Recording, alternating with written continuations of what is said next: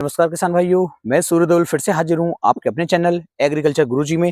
किसान भाइयों, आज हम बात करेंगे पौधा गन्ने के अंदर पहला खाद हमें कौन कौन सा डालना चाहिए। और पहला खाद जो हम डाल रहे हैं वो सिंचाई से पहले डालें या सिंचाई के बाद डालें, डोज क्या रहने वाली है, कौन कौन से खाद रहने वाले हैं और क्या क्या कार्य हमें पौधा गन्ने के अंदर करने चाहिए, संपूर्ण जानकारी इस वीडियो के अंदर मैं आपको देने वाला हूँ। तो वीडियो को पूरा देखें जिससे कि आपको एक बेहतर जानकारी मिल सके। तो चलिए शुरू करते हैं।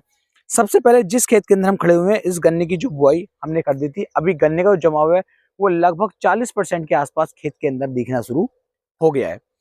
अब किसान भाइयों, यहाँ पर हमें इसके अंदर क्या क्या कार्य करने हैं, या फिर यदि मान लीजिए आपका जो गन्ना है वो लगभग लगभग जमाव के, ऐसा मान लीजिए कि 90% के आसपास आपके गन्ने का जमाव हो चुका है, तो अब आपको कौन कौन से काम करने हैं और कौन कौन से खाद डालने हैं, एक संपूर्ण जानकारी की ये वीडियो हो रही है। तो किसान भाई, इस समय पर जो आप देख पा रहे हैं, ये जो जमाव हो रहा है, ये मैंने गन्ने के अंदर ही ज्वार की जो बिजाई है वो करवाई थी। यानी कि 2 गुल के अंदर जो है गन्ने की बुआई की गई थी, और जो तीसरी गुल थी उसके अंदर हमने ज्वार की जो बुआई थी वो की थी, जिससे कि पशुओं के लिए चारा भी हो जाए और गन्ना भी हमारा ट्रेंच विधि में जाए, गन्ने को भी हवा लग सके। तो दोनों कार्य यहाँ पर हो गए हैं।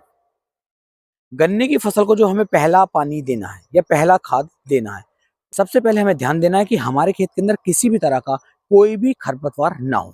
यदि हमारे खेत के अंदर खरपतवार है और हमने खेत के अंदर खाद भी डाल दिए और सिंचाई भी कर दी, तो किसान भाइयों, हम अपने खेत के अंदर से फिर खरपतवारों को आसानी से खत्म नहीं कर सकते हैं। खरपतवार फिर हमारे साथ साथ हमारे खेत का हाल बुरा कर देंगे। हम लगातार इसके अंदर खुदाई निराई करवाएंगे और उसके बाद भी खरपतवार जो है खत्म होने का नाम नहीं लेंगे। तो सबसे पहले जो हमें करना है, ना खाद डालने हैं ना ही पानी देना है, सबसे पहले खेत के अंदर से खरपतवारों को ही खत्म करना है। खरपतवारों को खत्म करने के लिए आप कस्सी की सहायता से खेत की निराई गुड़ाई करवा सकते हैं, फावड़े की सहायता से निराई गुड़ाई करवा सकते हैं, या फिर कल्टीवेटर की सहायता से भी खेत की निराई गुड़ाई आप करवाएंगे। और जब निराई गुड़ाई हो रही है, उस समय पर जितने खरपतवार हमारे उखड़ करके बाहर आ जाते हैं, इन खरपतवार को उखाड़ मतलब उठा करके खेत से बाहर हमें डालना है। अगर हम खेत से बाहर डाल देते हैं तो किसान भैया, उसका रिजल्ट हमें कुछ ज्यादा मिलता है। अगर हम सोचते हैं कि खेत के अंदर इन्हें पड़ा रहने दें और ये सूख जाएंगे, तो कुछ खरपतवार ऐसे होते हैं जो खेत के अंदर पड़े पड़े वो सूख नहीं पाते हैं। इतने हम अपने खेत के अंदर खाद भी डाल देते हैं और पानी भी लगा देते हैं, और बाद में उन्हें जैसे ही पानी मिला वो तुरंत ही किसान भैया फिर दोबारा से पनपने शुरू हो जाते हैं। तो थोड़ी सी मेहनत तो लगती है, लेकिन आप जो है खेत के अंदर से जो आपके इकट्ठे हुए खरपतवार, इन्हें उठवा करके खेत से बाहर निकलवा दीजिए।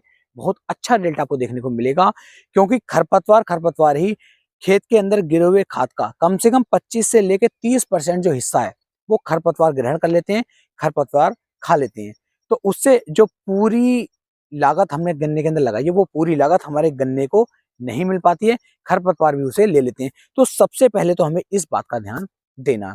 दूसरा, अब हमें खाद पहले डालना है सिंचाई से या खाद सिंचाई के बाद डालना है।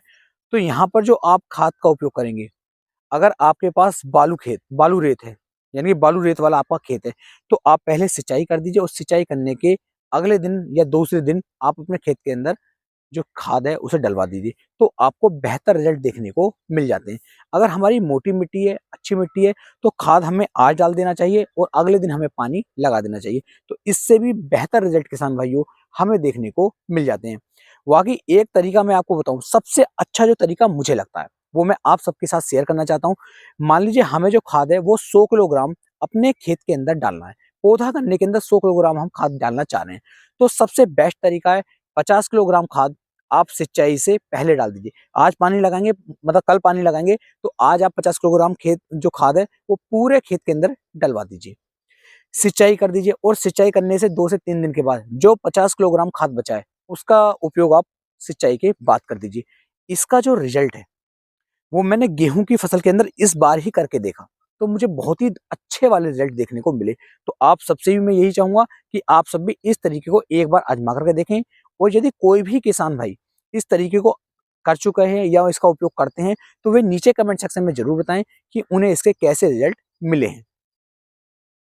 क्योंकि किसान भाइयों, जितना भी खाद हम डाल रहे हैं वो 2 हिस्सों में बट गया, सिंचाई से पहले भी और सिंचाई के बाद भी। तो इसका जो रिजल्ट है वो नॉर्मली खाद के मुकाबले आपको 10 से 15% ज्यादा ही देखने को मिलेगा, चाहे वो कोई सी भी मिट्टी हो। फिर अगर मतलब आपकी बालू मिट्टी है तब भी आप इस तरीके से कर लीजिए, मोटी मिट्टी है तब भी आप इस तरीके से कर लीजिए, बेहतर रिजल्ट सबसे अच्छे रिजल्ट इसी तरीके से आपको देखने को मिलने वाले हैं।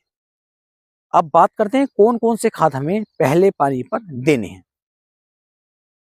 सबसे पहले जो आपको डालना है वो यूरिया खाद का उपयोग करना है। यूरिया का उपयोग ज्यादा नहीं करना, लेकिन उपयोग करना जरूर है।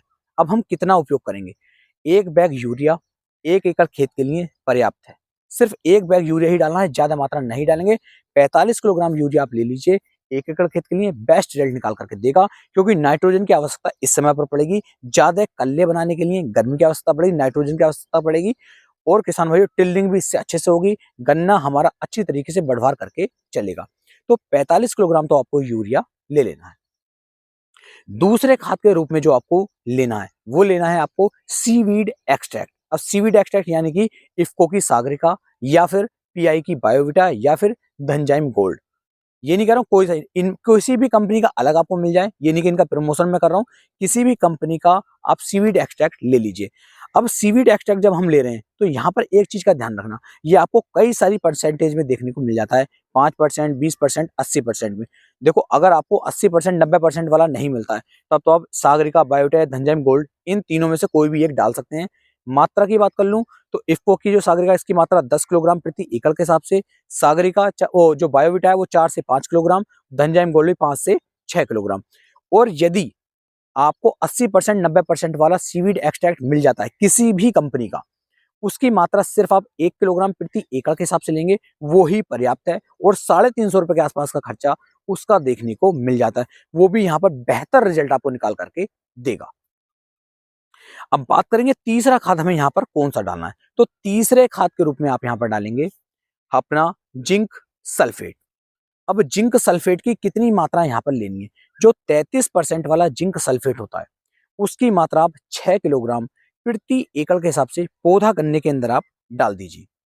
3 किलोग्राम सिंचाई से पहले और 3 किलोग्राम सिंचाई के बाद पूरे खेत के अंदर। अगर जिंक की कमी चल रही है तो जिंक की पूर्ति हो जाएगी, सल्फर की कमी आ रही है तो सल्फर की पूर्ति भी हो जाएगी। इन दोनों का जो ये कॉम्बिनेशन है, जब इसका उपयोग हम अपने पौधा गन्ने के ऊपर करेंगे तो जो गन्ने की जड़ें हैं वहां से 4-4, 5-5 कल्ले जो हैं एक साथ किसान भाई निकल करके चलेंगे। बहुत अच्छा वाला जो ब्यात है गन्ना वो स्टार्टिंग से ही करके चलेगा। और इस बात को आप समझ लीजिए, अगर स्टार्टिंग में ही अच्छे खाद हम डाल देते हैं तो स्टार्टिंग में अच्छी टिल्डिंग, अच्छे कल्ले आते हैं तो गन्ना लास्ट तक हमें बहुत ही शानदार तरीके से खुश करके चलता है और अच्छी पैदावार फिर वो हमें निकाल करके देता है। देखो जब स्टार्टिंग में बच्चे का हम ज्यादा ध्यान रखेंगे तो बड़ा होकर वो अच्छी तरीके से सारे कार्य कर पाता है। अगर स्टार्टिंग में ही खाद अच्छे से नहीं गिरे, निराई गुड़ाई नहीं हुई, सिंचाई नहीं हुई तो हम बाद में चल के कुछ भी कर लें, गन्ना ना ही तो अच्छी तरीके से टिल्डिंग करेगा, ना ही अच्छी तरीके से कल्ले निकालेगा और ना ही अच्छी पैदावार हमें निकाल करके दे पाएगा। तो ये कार्य आपको स्टार्टिंग में जरूर करना है। तो जिंक सल्फेट आपने डाल दिया 6 किलोग्राम प्रति एकड़ के हिसाब से। इस तरीके से टोटली आपके पास स्टार्टिंग में 3 खाद हो जाते हैं, यानी कि यूरिया भी हम डाल रहे हैं, इसके साथ में सागर का या फिर सीवीड एक्सट्रैक्ट डाल रहे हैं और इसके साथ में हम जिंक सल्फेट भी डाल रहे हैं। तो इस तरीके से इन तीनों खादों का जो चयन है वो हमें पहले खाद के रूप में गन्ने की फसल के अंदर करना चाहिए। इस चीज का आप बारीकी के साथ ध्यान रख लीजिए और आधा खाद सिंचाई से पहले डाल दो, आधे खाद सिंचाई के बाद डाल दो, बेहतर रिजल्ट देखने को मिल जाएगा। अब किसान भाई जैसे ही आपने खाद, दवाई, ये सब चीजें अपने खेत के अंदर डाल दी, अब हमें यहाँ पर देखना है अगर हमने इफ्को की सीरा साखी का जो चयन है वो बुआई में पच्छी के ऊपर किया है तो हमें किसी भी तरह के कोई भी कीटनाशक अपने गन्ने की फसल के अंदर नहीं डालना है।